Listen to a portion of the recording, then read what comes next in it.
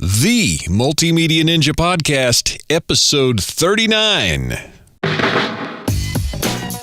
Hello again, and welcome to the Multimedia Ninja Podcast, where it's all about surviving and thriving in the digital convergence. My name is Bradford Rogers, and I'll be interviewing some multimedia ninjas who are making things happen in their respective fields and sharing tips, tools, and insights for multimedia artists and content creators. As always, you can find show notes at themultimedianinja.com. This week, 3 tips for maximizing your internet and social media penetration. As you may know, in this podcast series, my friends and I will be talking about all things multimedia, including creativity, shaping your ideas, and how to be more productive doing it, regardless of what kind of content you're creating. We have got an exciting episode for you today, so what do you say we just let's get to it?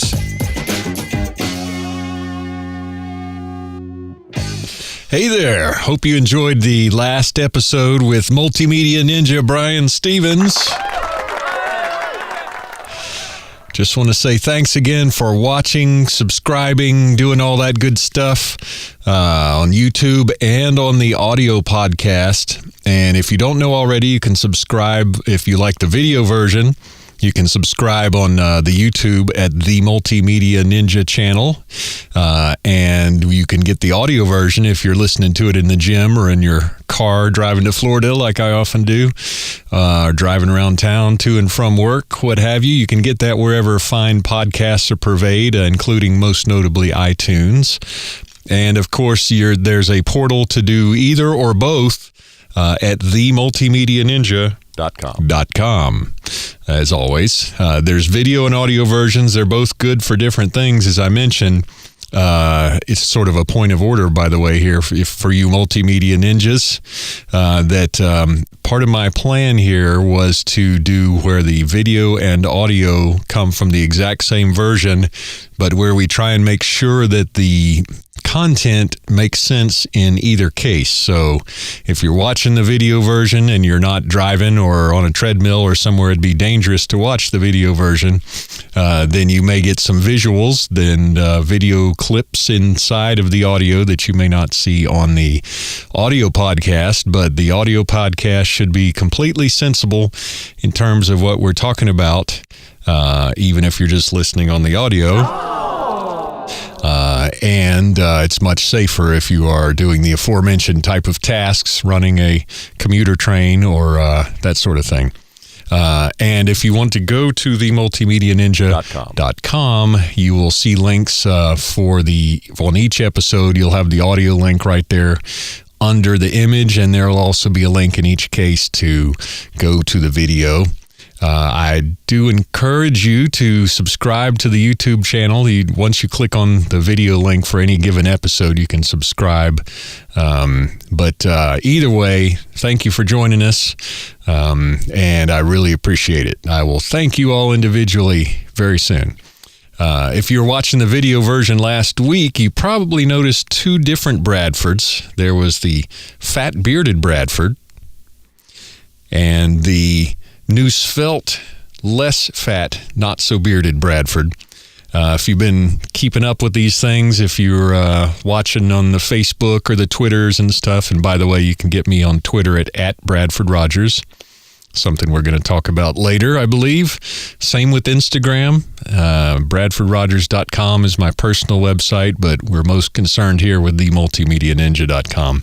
Anyway, if you've been listening on Facebook, checking it out on Facebook, Twitter, etc., you'll know that every day my Y-Thing scale, every time I step on it, posts what my weight and body fat percentage is online. So that's sort of a method that you've probably heard as well, documented often, called public accountability, and I find it to be very effective. You can use it to keep.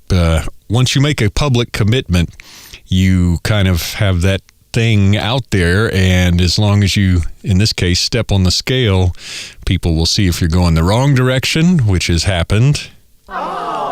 or if you're going in the right direction.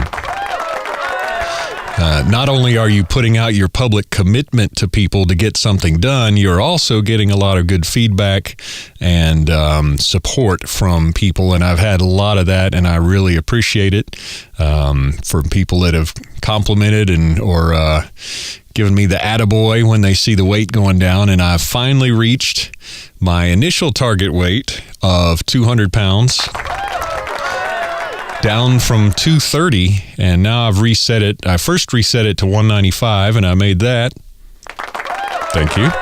And then I reset it now to 187. There's one little wrinkle on the Why Things app there that it doesn't really understand that you might want to get to below a certain level.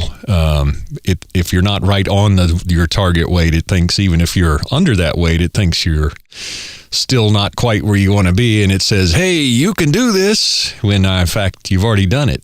So that's a little annoying. I wrote them a little note to support, and they did indicate that might be something coming up soon, so we'll find out. But anyway, I made a commitment at the beginning of this year that item number 1 was going to be health, starting with weight, and I'm pretty pleased with where that's going. And you might have noticed in last episode with Mr. Brian Stevens that he was on a similar odyssey and is also having great success. Give it up for Mr. Stevens. And we're also big fans of the 4-hour work week, 4-hour body, all things Tim Ferriss, who's if you're not familiar with him, he's something of a self-guinea pig and tests out different scientific experiments, diet things, gadgets, and all this sort of stuff. Speaking of Tim Ferriss and such, one of his episodes with a prominent vlogger got me on this idea to do a 30-day vlog experiment, which if you're subscribed to the YouTube channel or following on Facebook, you will have seen it. And the idea was simply to do a daily video blog or video journal of what I'm up to. And this started July 2nd, and we'll be wrapping up this weekend, July 31st. I'm going to be celebrating the end of the month-long vlog. I've been on the boat. You'll see some of that. You'll see some stuff around town. You'll see things that we had to cut out. We went to Callenwald. We did a lot of different stuff. And by we, I mean the royal we. I mean I. And by the way, that's just a little personal tick, but that a lot of people and small businesses use. Sometimes we sounds like you might be in a little larger organization than when you say I. On the other hand, if you say I, it is a little more personal. So potato, patata, you can make up your mind on that. Anyway, we did the 30-day, I said we again, the 30-day vlog. And part of the reason of that, there's a couple of things I wanted to do that for. One is just the whole daily journaling practice, which is something that a lot of successful people report doing. Usually a written journal, and frankly, a lot of the vlogs that you see on YouTube, and possibly mine too, the daily thing, are just crap. But for some reason, a lot of people watch them, and I was mainly, on my part, just curious to see how much, as the Multimedia Ninja, how much content can I create, how quickly, and bring a little bit more production value to it, at least, than the average vlog with just your handheld camera where they just, linear edit it basically and throw it out there, which has an immediacy and an impact that's certainly interesting. But I just wanted to make a discipline to basically create something in the video realm every day and get it out there. And I did decide, since there were some days where the footage just didn't work like I thought, like when I was riding the first time I did the bicycling podcast vlog, the footage just was not happening. No audio except for wind rumble. Not good footage because I had the little plastic sheet over my old iPhone that I was using on the handlebars of the thing. And anyway, so certain days I didn't want to put just crap out there if there wasn't really something. So I gave myself the latitude to skip a couple of days as long as I produce a video of some type every day. So I'm including the podcasts. Or we did a couple of music videos of my neighbor Peter down at the marina, who's an awesome musician, actor, dancer, acrobat, a Renaissance Fest player, you name it. So I did a couple of those. We got a podcast. We got this podcast coming out. A couple of things like that, and a couple of tutorials. I'm not counting the internal tutorials, of which I've done like half a dozen this month, which are time-consuming. But at any rate, one official video of some kind every day, and that we have met.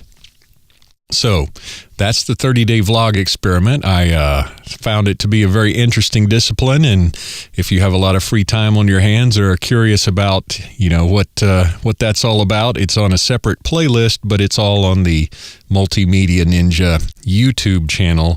There's also a link, of course, on the multimedianinja.com website.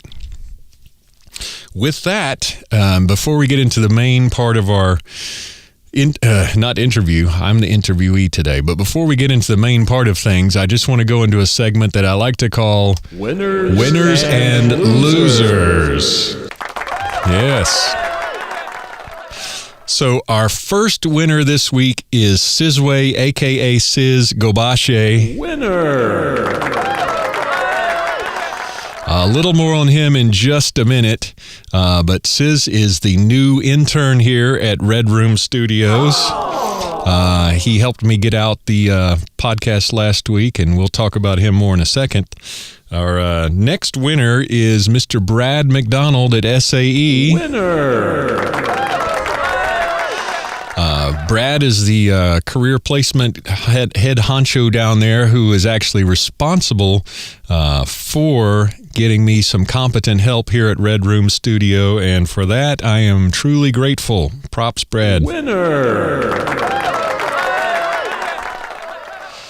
Another winner this week is Miss Gwen Hughes Hinton. Winner! I just shot her music video for the song I Fell in Love, which we did at Fur Kids Cat Shelter. Again, more on that later. Gwen Hughes Hinton, our third winner of the week. And lastly, and certainly not leastly, our last winner this week is Mr. Timothy P. Green, because he rocks. He rocks very much. And because we got out his Grammy submission this week, yes. Oh. Yes, so don't you want the applause? Thank you. Because we got out his Grammy submission, and he will be submitted in the Best Alternative Album this year. And also our great friend, Mr. TK, Tom Kidd, will be submitted for Best Engineering Non-Classical. So there's our winners this week, in addition to all of the awesome people like you who are watching and listening. I really gratefully appreciate it. We'll be naming names here coming up. But those are our winners, and our loser of the week, as usual, is Comcast. Loser. Which apparently has little hamsters powering their internet service. Just absolutely crappy. But you knew that already, didn't you? So I mentioned earlier about our new intern, Sizway, a.k.a. Siz. We can call him Siz from now on because we're familiar like. Just wanted to tell you how that came about. My good friend and engineer for the Timothy P. Green record, Mr. Tom Kidd, suggested that I talk to Brad McDonald down at SAE, and I said, "Excellent idea, Lord." And so I did, and I explained to Brad what I was looking for, and my whole thought was that SAE is a fine audio engineering school, primarily, but I figured they might have some current upperclassmen students or recent graduates who might be looking to expand their toolkit a little bit by learning some audio post for video, maybe even some video skills, maybe graphics, blogging, the kind of thing that we talk about here at the Multimedia Ninja podcast. And Brad liked the idea, in short, and he provided me a list of some candidates, and I got some letters from them and followed up to set up some interviews. And I have to say, it's easy to say in hindsight, but I was immediately impressed by Sis. He was, first of all, the first to schedule an interview. He was also, and he was one of the most responsive, he also happened to schedule the first interview, which I resolved to keep an open mind throughout, as any wise person would do who may or may not have been a good shopper prior when looking at things like interns or houses or vehicles or what have you. I don't like to research a lot of times. Other times I do, but anyway, my experience has varied. So this time I wanted to make sure to give everybody a fair shake and not try and get with one person right to begin with and fall in love with them, so to speak, professionally speaking, and to the exclusion of the other. No worries, Sis, it's not like that. But to the exclusion of the other candidates. So anyway, Sis was the first person to schedule an interview, made a great impression at the interview. I had seen his background, which includes a lot of globe-trotting. He is a jazz musician, a degree in civil engineering from South Africa, if I'm not mistaken. Of course, he went to SAE, came back over here, went to SAE. Obviously, that is a broadening of things, and he had some demanding sales gigs to earn the rent over here, which are show a great initiative. So anyway, he has worked out great. Helped me with the Gwen Hughes video shoot, which was at an animal shelter. He volunteered to help out with that right off the bat, and all I can tell you is think hundreds of litter boxes, and you'll know the extent of his sacrifice on that. He helped me do audio post on the Brian Stevens episode last week, and get it uploaded to Libsyn, which is part of our process, and get it embedded on our WordPress website post so that everything works. And actually embed, for you Ninja Nation, embed is not exactly the right word I want there, because when you go on Libsyn, we are actually using the download only link from Libsyn, and there's a plugin, I think it's called Burberry or something on WordPress, that we put in that download only link into our WordPress post, and that is what makes things happen. But there is actually a separate embed link on Libsyn, and that's not what we use. So just to be correct on that. But in short, I think this whole internship with Sizway is going to be really cool. He also, as it happens, has a particular interest in podcasting and has his own podcast on football, which is, I call it soccer. He had an interest in expanding his toolkit a bit. And like I've said elsewhere, whether you're a musician, an engineer, what have you, these days it doesn't hurt at all to be able to put up a blog post, to have some video of your skills in action, that sort of thing. And anyway, and Sis is also getting back into photography, has a video gig coming up, and all that good stuff. So looks like a very good match. He's been just kicking ass already. And I'm just tickled stinkless that to have some great help in getting this thing out, because obviously once we went video and audio, doing it weekly is quite a thing. So thumbs up again for Sizway. So I promised some tips on how to pimp your profile. In other words, some basic promotion for web and social media.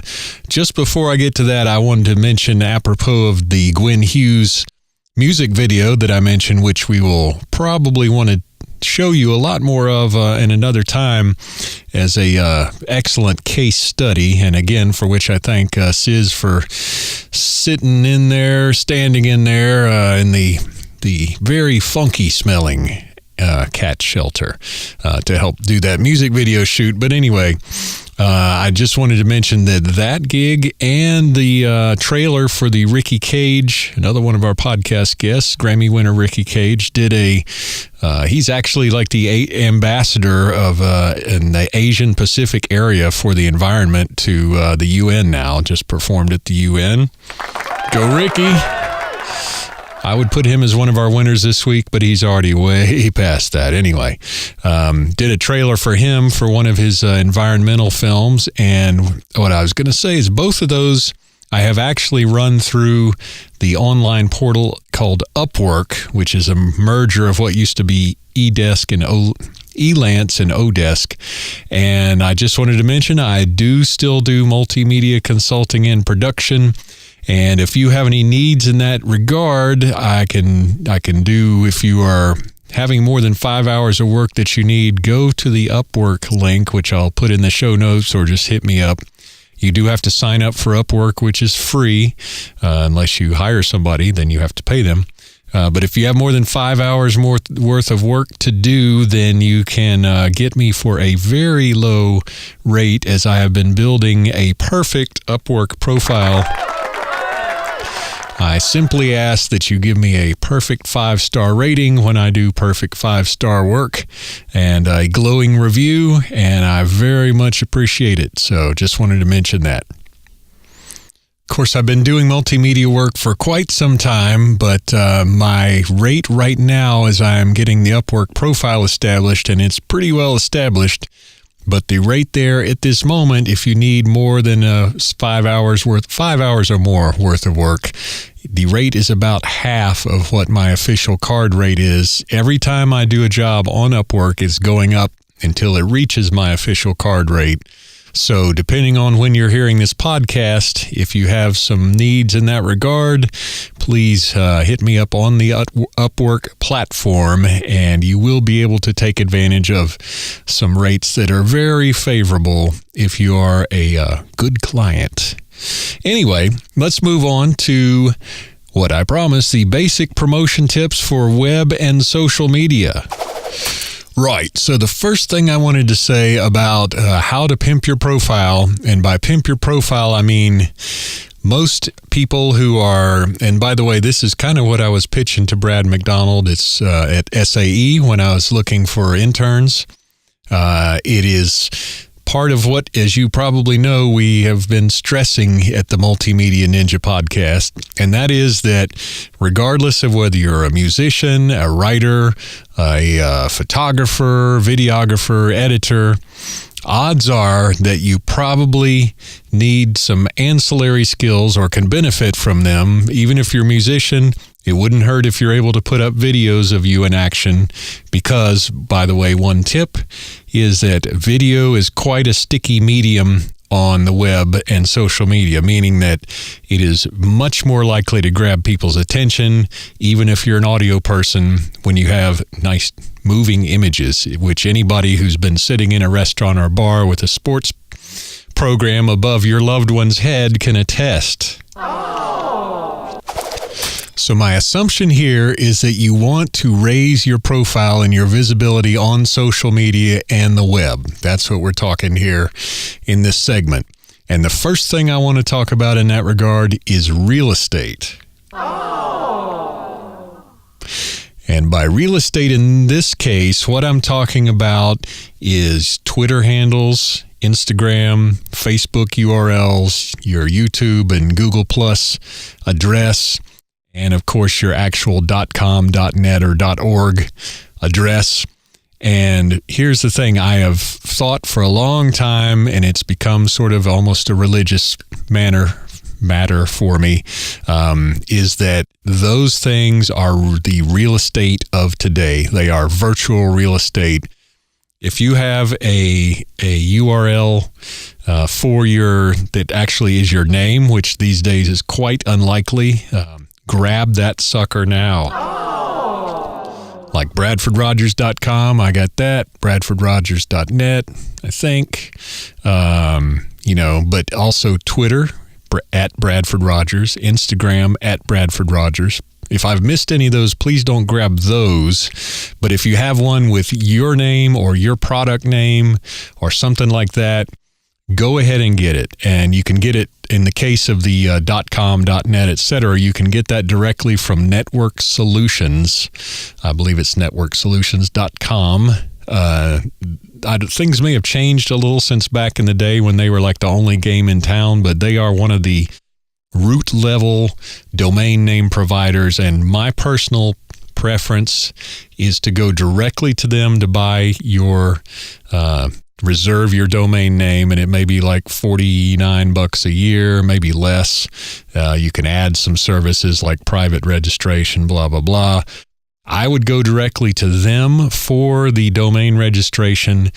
And even though like your service provider like Bluehost or GoDaddy, whatever it is, may also offer the registration services, my personal suggestion and what I would do is go directly to Network Solutions for the domain name registration, and do not let them sell you web hosting services.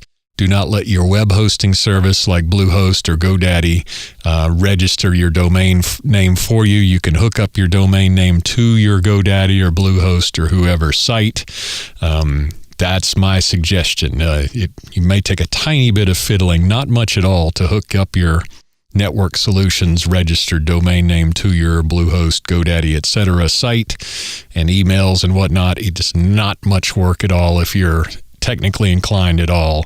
That would be my suggestion there. But grab it. Do get it. You know, if you're Chuck Jermica and there's chuckjermica.com available, get that sucker.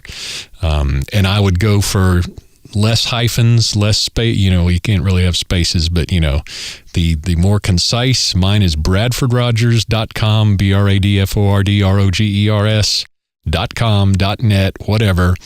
worldsongsmedia.com, worldsongsinc.com. I used to have planetworldbeat.com. Some of those I let go after a while, but we've got raybyrogers.com for my dad's books. We've got timothypgreen.com, obviously for Timothy P. Green, and we got some other things reserved for future projects, but grab that stuff and hang on to it. And in some cases, if you don't need it, somebody else may want to buy it later. That hasn't happened to me, but I have tried to buy domains from other people.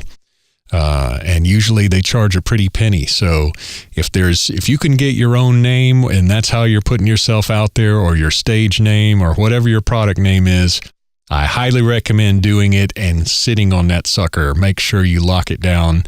And then the thing that goes with that is I stress this over and over again, to the extent at all possible, and try and make it possible, keep your domain name URL, your Twitter handle, your Instagram handle, your Facebook address, and your Google G+ address, your YouTube, whatever. Try and keep those all exactly the same. I run into this all over and over again. You've got Bob Jones has a URL, and it's bobjones.com. And then on Twitter, he's like the one and only Bob Jones. And then on Instagram, it's like, hey, it's Bob Jones. And I have some real friends that have similar situations, and I don't want to bust their hump, so I'm not going to mention their name. But when you got people that want to connect to you, and it's one thing on Instagram and it's another thing on Twitter, and then it's still yet another thing on .com, it makes it harder for people to find you in different social media. So don't do that. Oh. Keep them all the same, is what I'm saying. I know in some cases, especially if you have a common name like, Bob Smith, you're probably not going to find bobsmith.com. You're probably not going to find, Bob Smith at Twitter, but maybe if you have a product or service that is your prime thing, like, Bob Jones Shining Star Media or whatever. That's a little bit long. You're not going to find that on Twitter, but, people that have come up with clever new things like Bing and Ping and what have you, you can sometimes find those on Twitter. So if you have a new service company, that's a thought. Maybe something a little longer than that. But anyway, to the extent possible, keep them the same. And I'll just tell you that the reason Timothy P. Green is Timothy P. Green, and I know he knows I'm not giving up any secrets here of national security interest, but that is Tim's given name. But we also found out that there's already like 5 Tim Greens on iTunes. There's, blah, blah, blah. TimothyGreen.com, I believe, had an issue from a certain movie. And so Timothy P. Green is not only the artist's full actual name with middle initials, so there should be no legal issues with him using his own name. But it is unique, and as it turns out, we could get it on the .com, the .net, the Twitter, the Instagram, the Tumblr, etc., even the Facebook professional page, I believe. So that is a good thing, and I suggest you try and give it some thought when you are branding yourself. If you have some options in that regard, see what's available on .com, on .net, on Twitter, Instagram, etc., and try and plan so that you have consistency across all those things. It's really an important thing to grab that real estate and make sure that it all interacts together. Okay, tip number 2, remember the most important medium on your social and web and internet, whatever, that's kind of redundant, on your internet and social marketing. What is that? Here's a hint. It's not social media. Oh. My belief and many other people is still that email is the most important medium in your marketing and visibility. Oh. And your outreach to your fans or customers, etc.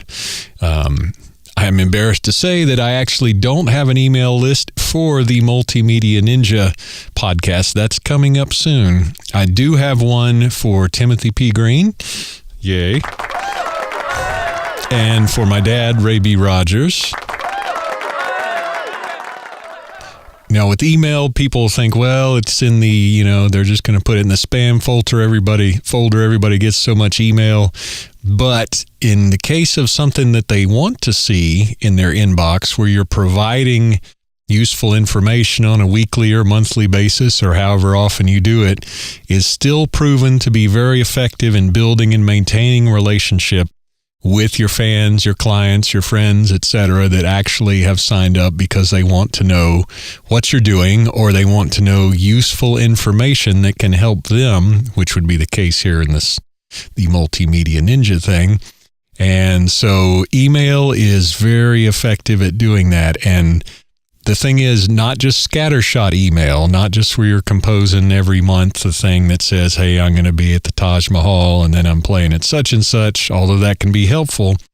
There's a couple of key factors here, and those two would be a giveaway of, they call it E4M. E, the numeral 4, the letter M is the little acronym, and that is email for media. And the idea is that you're giving somebody a PDF file with some tips and tricks on it, or a free single like you can get at timothypgreen.net. Oh. Or perhaps a chapter from your upcoming book. You get the picture, but you're giving your potential fans or clients, what have you, a something free of value that is worth them getting on your mailing list, and you follow it up with stuff of value, whether it's original content, tips and tricks. You get the idea. The other corollary of that, which is kind of baked into what I was just saying, is automation. And the good email services, I use Aweber. I'm not promoting them per se. I guess I am. There's probably a link somewhere where I get a commission if you go with Aweber, but I'm not sure where to find it, so I'm not sure it's actually going to work until I locate that and put it in a prominent location. It may be on the show notes if I can get that to happen. But at any rate, the good providers like Aweber actually have autoresponders, and what that means is not just like I'm on vacation, I'll be back on such and such a date. What it is you have a whole system set up that involves, in the case of, say, Timothy P. Green, both the Aweber autoresponder and PayPal and stuff set up through certain WordPress plugins. It's like a triangle of complexity that I can't even articulate at the moment. But what happens is, when you go and you see the landing page for Timothy P. Green at timothypgreen.net, you will have a landing page there, also known as a squeeze page, where you have no choices, no navigation away from the page. You see the copy there. You see that there's a free single available for download in exchange for email, and you either put your name in and sign up to download it, or you don't. And then you automatically get an email that says, hey, just want to confirm that you want the free download. And by the way, you're also opting into the email list, so that if you say later that this is spam, then obviously you were drunk when you signed up. But anyway, so then you get the download link automatically automated by the Aweber thing. You get the free single. Hopefully you enjoy it. And then say a day later, you get an automated email from Tim saying, hey, hope you enjoyed the single. Please let me know. I'd love to know what your thoughts are on it, your comments. I'd love to get feedback. And then maybe 2 or 3 days after that, you get a follow-up about a blog post that he wrote, etc. And it's not necessarily pushing anything. There may be, if you go to the blog post, you may see an ad for the album, which you can click on it. But right off the bat, you're just trying to provide content that people who signed up for your thing might find interesting. And then maybe after 2 or 3 of those, you finally get a pitch for, hey, we have a 72-hour sale. You can get not just the album, but the album and an exclusive single for, less than the price of the album is normally, that sort of thing. And that's combined with a actual countdown timer, because if you say you're having a limited time sale and then it's not really, that kind of destroys your credibility, and you don't want to do that. So anyway, automation on the email list and using the email list. And, Facebook likes are great, Instagram, whatever, Twitter followers, those are awesome.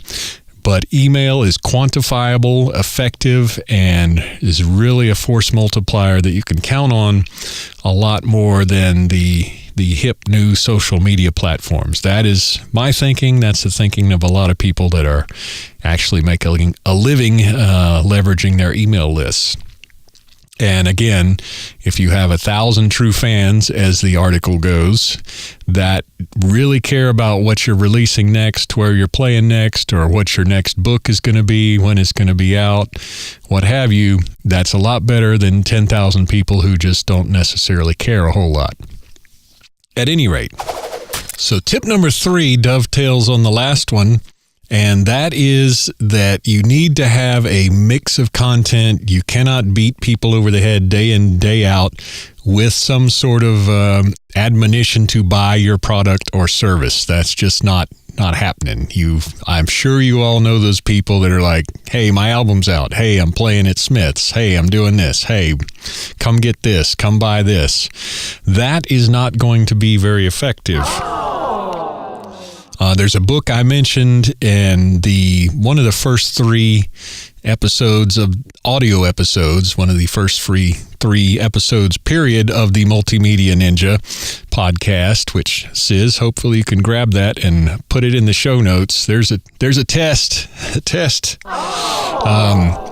But it is a book by Gary Vaynerchuk, who has gone from relative obscurity to fortune and fame by doing a simple vodcast, video podcast or blog on wine for people. It's not for wine snobs. It's just a very down-to-earth thing. That's neither here nor there. The part that is relevant is his book called Jab, Jab, Jab, Left Hook. And that is just a great way to think about how you need to mix things in your social media, whether it's your professional Facebook page, which is different than your personal page, or your Twitter, or your Instagram. Instagram's kind of another animal, but anyway, especially Twitter, especially your email sequences and your manual and automated emails and that sort of thing. You need to not beat people over the head every single time with a plug to try and buy something. That is the left hook. You need to, in between those, offer stuff that is actually valuable or interesting to the people who are engaging with you on your email or your Twitter feed or your professional Facebook page, etc. And that ratio is actually 3-to-1 is not a bad thing, as Mr. Vaynerchuk notes. And so, maybe you have some interesting quotes that you put out daily, or maybe like Tim, you have a series of cooking shots on Indian cuisine, which he happens to be a master of. And he actually even had a series on dumpsters of Georgia, or I forget the actual title, but I thought it was quite amusing, and a lot of people found it engaging, as I did, if they have a quirky sense of humor. Put in stuff that is interesting and helpful to people. If you are a multimedia ninja, perhaps that stuff is tips on how to do certain video editing tasks, or, tips for Photoshop, or for bloggers, or writing tips, how to beat writer's block. And those little, I hate to say it, but the little, what do you call them? Listoids? I forget, listicles, like 10 tips to do whatever, five tips for avoiding insomnia, whatever. Those have proven rather compelling, even though perhaps the Twitter and blogosphere may be getting a little tired of them, but provide some information that is useful for people. If you're a software engineer, there's probably some stuff you can provide for your audience that I wouldn't begin to understand, but it would be very valuable for the people that are choosing to engage with you. So don't turn them off by just trying to get them to buy something every time they see something from you. We are so out of time. There's a couple other things I want to share with you that are ancillary to all this, but I'm going to save it perhaps for next episode, or definitely soon. We got to get out of here. That about wraps it up for this episode of the Multimedia Ninja Podcast. I hope you'll come back soon and bring your friends. Don't forget, you can find me on the Twitter at Bradford Rogers, and the same with Instagram and Facebook. I'm Bradford Rogers and all that. And most importantly, you can get just all this together in one place at themultimedianinja.com. So I hope you'll go there. See you soon. Thanks to everybody who has subscribed, commented, and just listened. I look forward to seeing you next week. Thanks again for Sis for all the help that he's done in getting this podcast out, the previous one, and that you're about to do on this one. Make some good work this week, and I will see you next time. Out.